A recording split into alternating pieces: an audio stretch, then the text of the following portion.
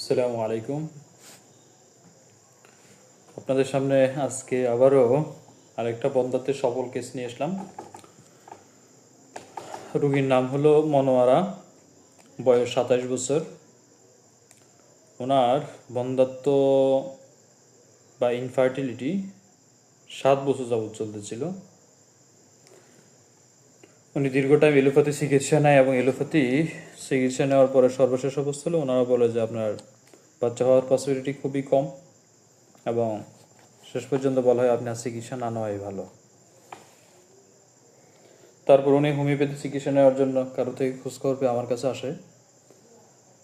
আমি চিকিৎসা দিই। প্রথমে ওনার কিছু রিপোর্ট ছিল, ওগুলো দেখলাম এবং ওনার থেকে জানলাম তো ওনার প্রধান সমস্যা ছিল ইনফার্টিলিটি 7 বছরে।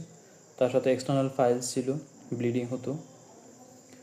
আর প্রোল্যাকটিন হরমোনে ওনার সমস্যা ছিল, দুই ওভারিতে সিস্ট ছিল, আলসারের সমস্যা ছিল, এমন সমস্যা ছিল এগুলো। আর ওনার বেসিক কিছু লক্ষণ আছে।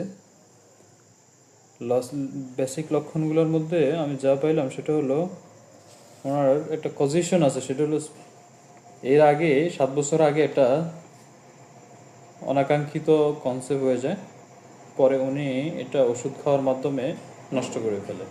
তারপর থেকেই মূলত ওনার এই অবস্থা করার বাধ্য হচ্ছে।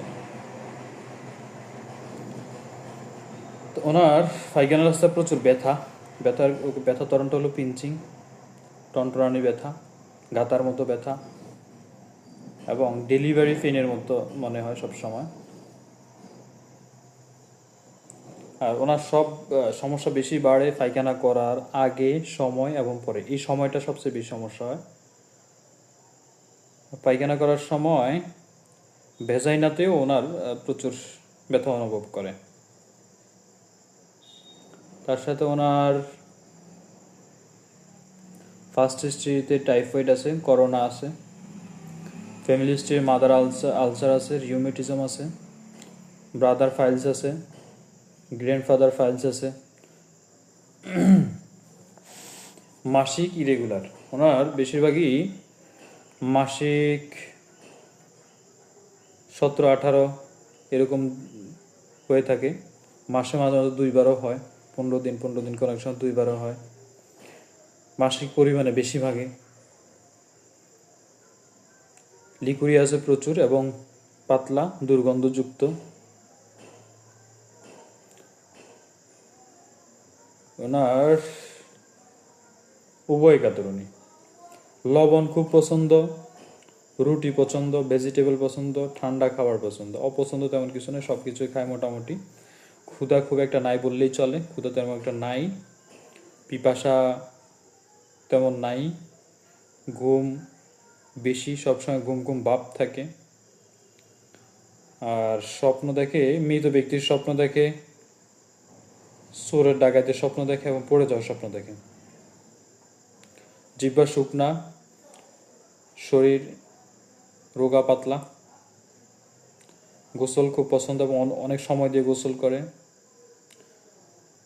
সূর্যের তাপ অসহ্য, সূর্যের তাপে মাথা ব্যথা এবং শরীরে অস্থিরতা শুরু হয়ে যায়। মেজাজ খুব গরম, কনসিলেশন অ্যাগ্রাভেশন থাকে।